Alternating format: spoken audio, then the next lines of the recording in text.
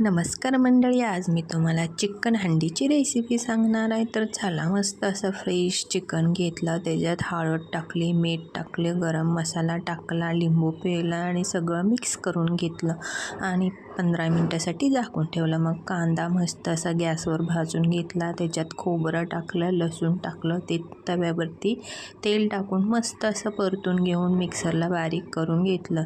तेल टाकलं आणि सगळे मस्त गरम मसाले घेऊन तेलात टाकल्यावरती छान कट येतो। मग वाटलेला मसाला त्याच्यात टाकला आणि छान परतून घेतला।